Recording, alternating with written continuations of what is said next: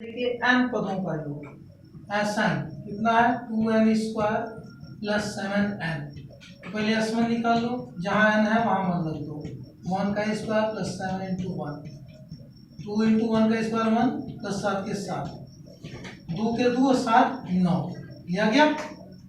2 into n के जगह 2 का square plus 7 into 2 is equal 2 into 2 का स्क्वायर 4 धन 7 दूनी 14।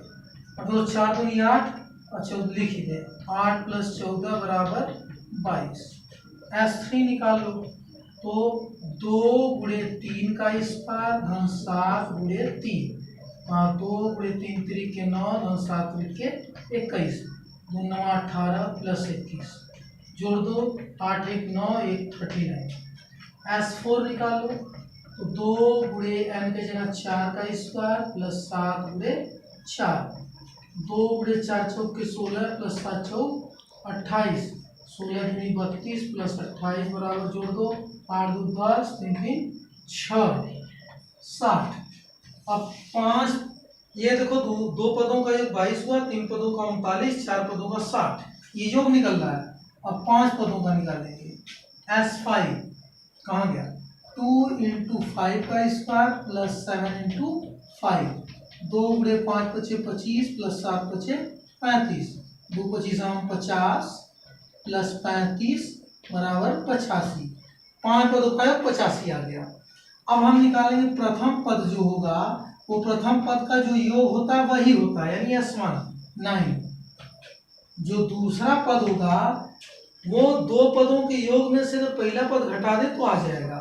S2 minus S1 is equal to S2 22 minus S1 9, घटा दो 3 13। तीसरा पद क्या होगा, 3 पदों के योग में से पहला 2 पद का योग घटा दिया जाएगा, पहले 2 पद का योग घटा दें, यानी S3 माइनस S2 कर दें तो आ जाएगा। S3 कितना है 39 माइनस S2 कितना है 22, माइनस कर दो 7 17। चौथा पद क्या होगा, 4 पदों के योग से अगर 3 पदों का योग प्रथम घटा दें तो आ जाएगा तीसरा पद। S4 कितना है 60 माइनस S3 39, माइनस कर दो, ये 1 बचा, ये 5 3 2 21। पांचवा पद निकाल दो, पांचवा पद क्या होगा A5, तो S5 माइनस S4, S5 कितना है 85 माइनस S4 कितना है 60 इज इक्वल टू घटा दो 5 और ये 2 25। अब उत्तर कितना आ गया, एक ये आ गया प्रथम पद, दूसरा ये, तीसरा ये, चौथा ये, पांचवा ये।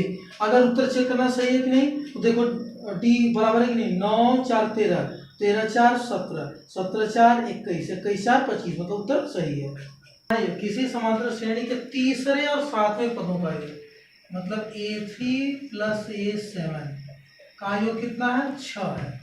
अब A3 क्या होता है A plus 2D plus A7 A plus 6D is equal to 6, AA 2A plus 2 और 6 8D इज इक्वल टू 6, 2 से काट दो, तो A plus 4D is equal to 3, तो A is equal to 3 minus 4D, पहला इक्वेशन पूरा। और उनका गुणनफल 8 है, यानी A3 इंटू A7 कितना है 8 है।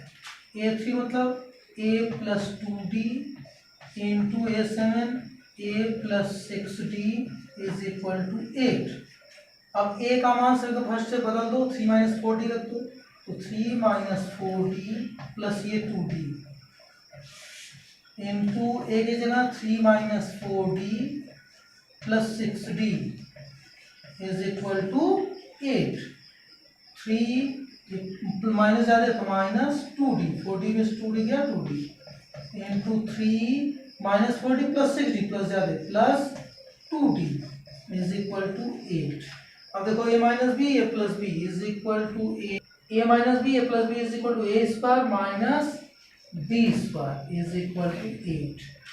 अब ये हो गया 3 त्रिके 9 माइनस 2 दूनी 4 D स्क्वायर बराबर 8।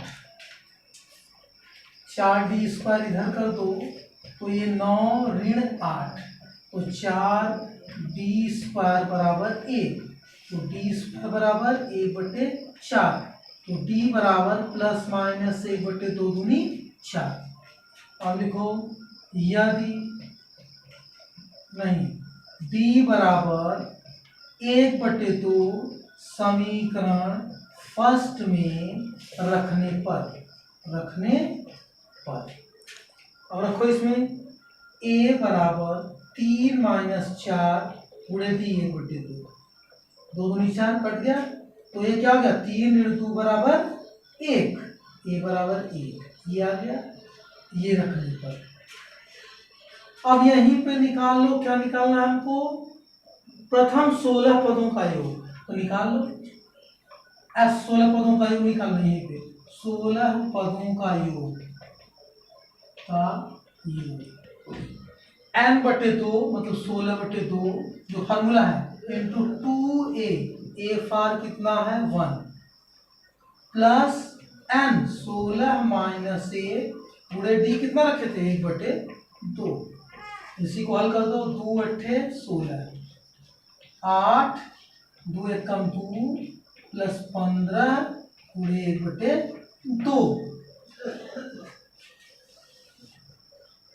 बराबर 8 गुणे 2 धन 15 के 15/2 बराबर 8 गुणे 2 दूनी 4 और 15 19/2, 2 चौके 8, 19 चौक 76,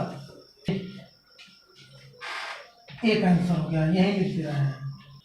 एक तो उत्तर आ गया क्या रखने पर, a का मान 1 और d का मान 1/2। अब देखो d बराबर d निकाले थे ना, d बराबर प्लस माइनस 1/2 आया तो 1/2 रख दिया, -1/2 समीकरण फर्स्ट में रखने पर रखो। a कहाँ है, फर्स्ट कहाँ है, a = 3 - 4 × d कितना है -1/2 कट गया, 2 दूनी 4, अब 3 ये 2 × 2 -1 प्लस 2 = 5, 2 × 2 और 3 2 5 -1 प्लस। अब चलो 16 पदों का योग फिर निकालो, 16 पदों का योग बराबर यही लिखते हैं n/2, n कितना है 16/2 गुणे 2a 2 × a कितना 5 प्लस n मतलब 16 -1 × d कितना रखे हैं -1/2